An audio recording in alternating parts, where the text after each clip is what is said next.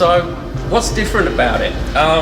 Basically, new block, new heads, new bottom end, new valve train components. 91% of this engine is new compared to a 392 or the 6.4 litre Apache engines. So significant amount of changes required in order to generate this amount of power.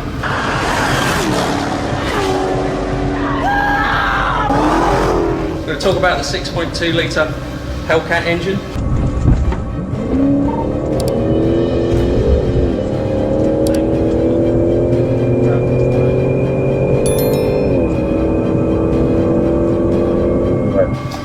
707 horsepower, 6,000 RPM, 650 pounds-feet at 4,800 RPM.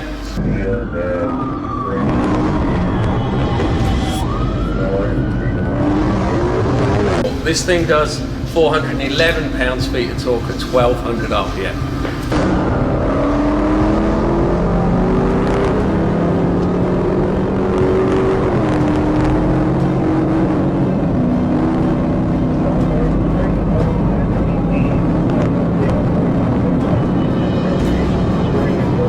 And you may remember Brina mentioned that the standard HEMI engine produces 410 pounds-feet of peak torque.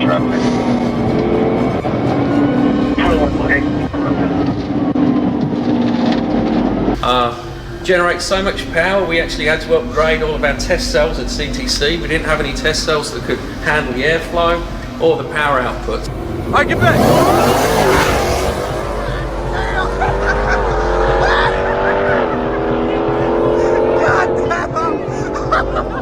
Get your money! Get your money, big dog! Obviously, sitting on top of it, one of the biggest changes, 2.4 litres per rev supercharger.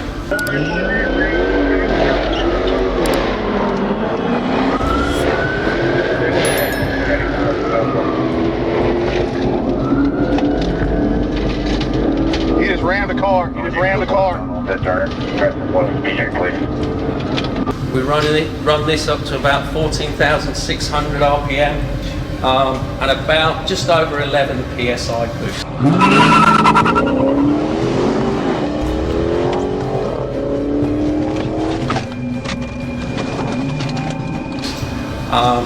Twin integrated charge air coolers, which are linked to the low temp cooling system that Russ talked about.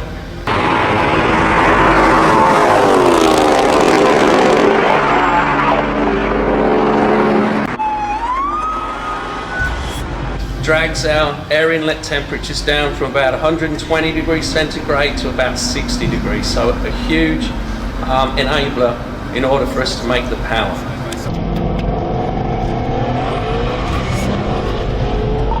So I got one, filling the stop, we are going to be eastbound forward, David Mary Lincoln, 8577, gray color.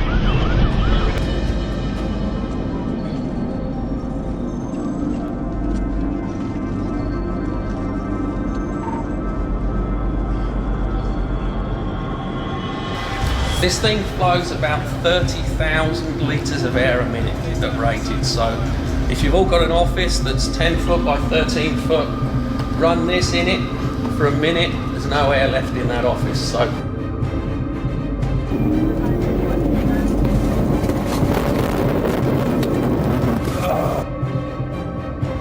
it really does suck a huge amount of air. To drive it, 10 rib poly big belt at the front on a custom tuned damper and an overrun clutch on the supercharger as well, so you can only transmit torque in one direction, the drive direction.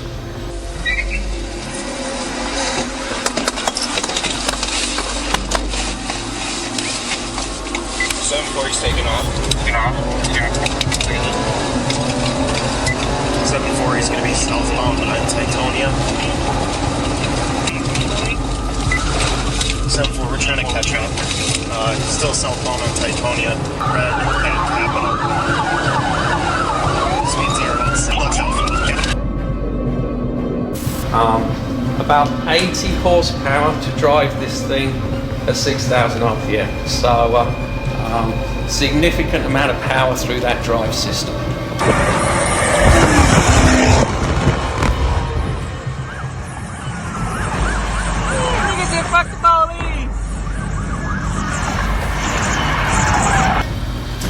What else changes?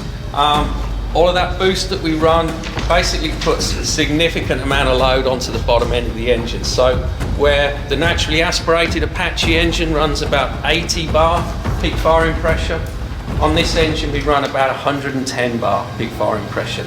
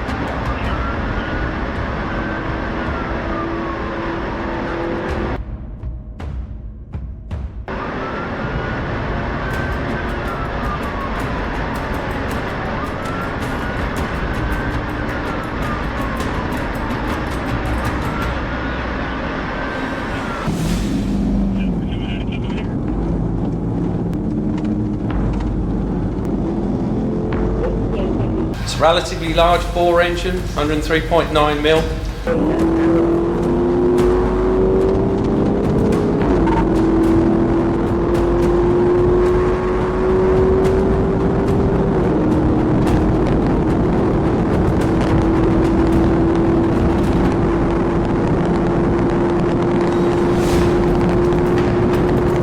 So that results in 21,000 pounds of load on top of every piston, every firing event. So 5 family sedans standing on top of each piston every time we fire the spark plugs.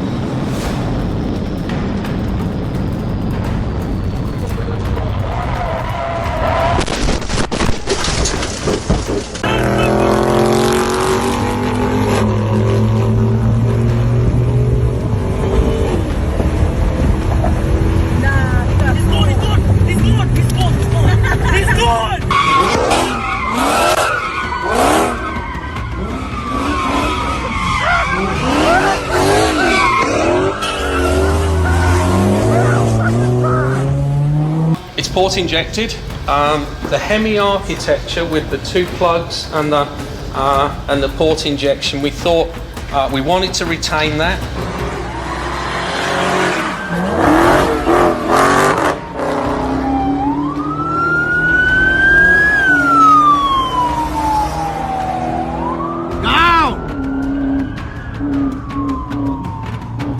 We've got a lot of experience with that arrangement.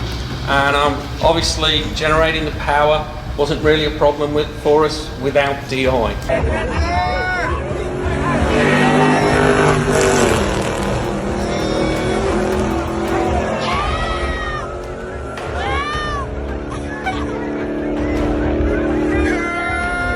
Guys, pull over, all of you guys.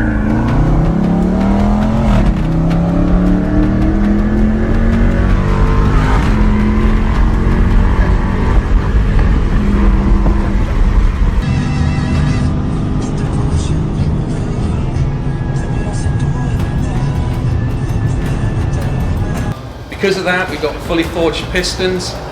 We have some very, very special diamond-like carbon-coated piston pins, heavy forged conrods, and then the crankshaft we have to run induction-hardened bearing surfaces, whereas traditionally Chrysler runs soft bearing surfaces on their crankshaft.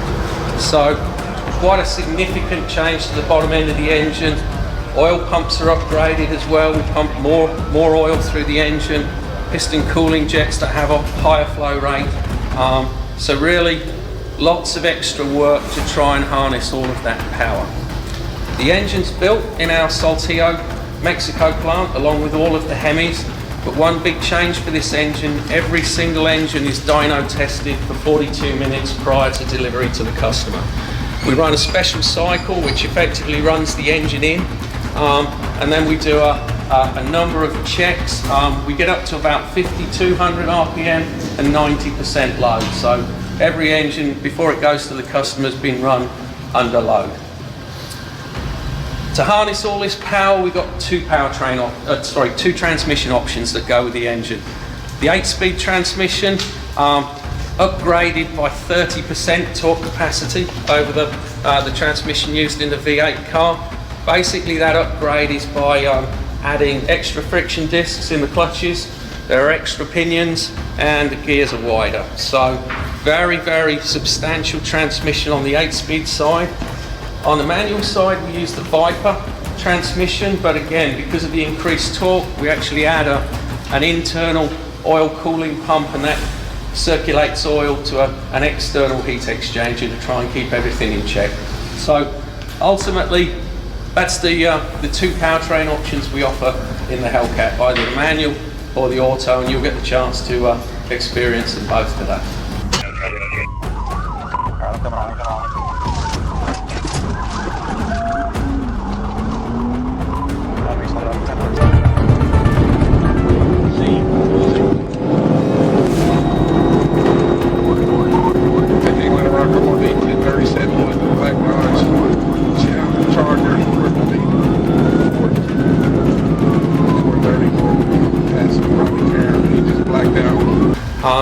Also, getting injectors that can physically flow enough fuel is quite a problem. So these injectors flow 600 cc's a minute. If we actually squirted them into a pint glass, they'll fill a pint glass in 7 seconds at rated power. So huge amount of fuel. And in order to get that fuel into the engine, we have to run a variable pressure pump in the car. So we run at 2 bar at idle, and then we ramp that up to 5 bar at rated power, just because we can't get enough fuel through the injectors, or we would have to have so large an injector it wouldn't idle. So we got this trade-off between making the engine idle okay and then being able to put enough fuel in it at rated power.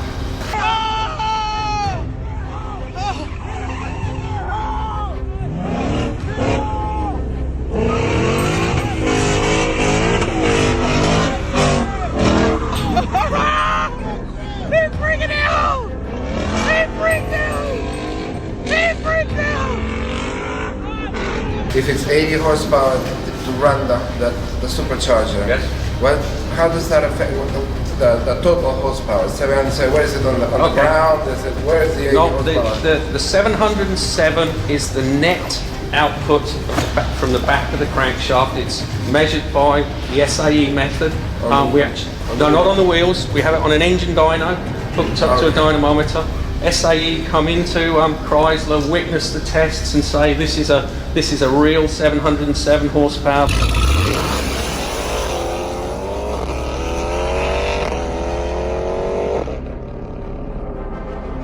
They check all of the parameters to make sure that we're running the real calibration on that dyno.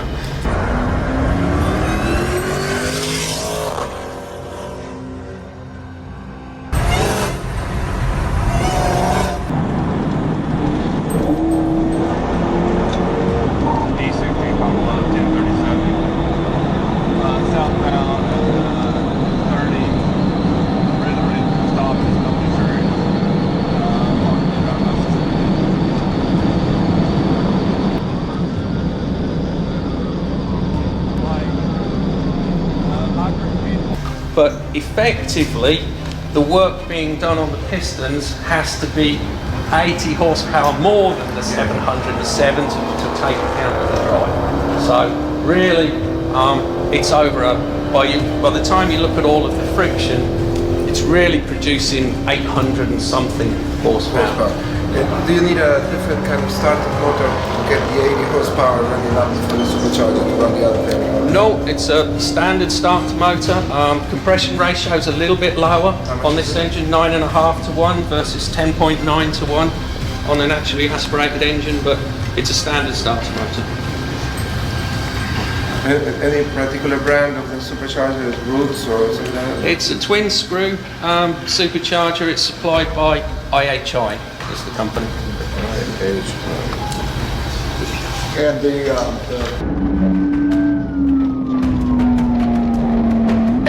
I'll be getting on. Well, man.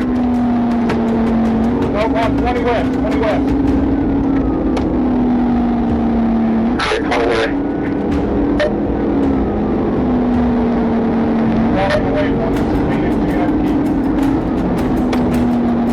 Peak horsepower output, that was a sheer matter of chance that it came on 707.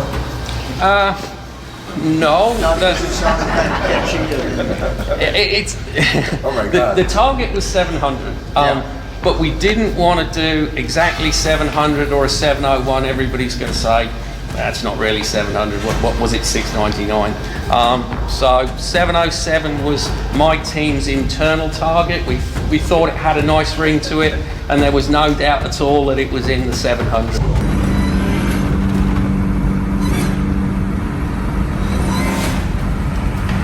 Oil pan, aluminium, supercharger, cast iron block, aluminium cylinder heads, cast steel fabricated manifolds. We've got dual wall, but relatively conventional engine material. Chris, in your naturally aspirated version, do you have any future plans?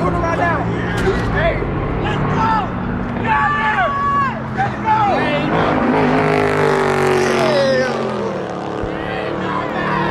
Not bad!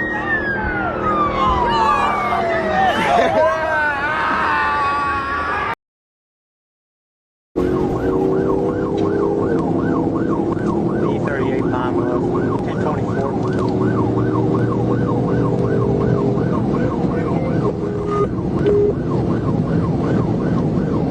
Pine Bluff, 530 northbound. It's going to be Arkansas.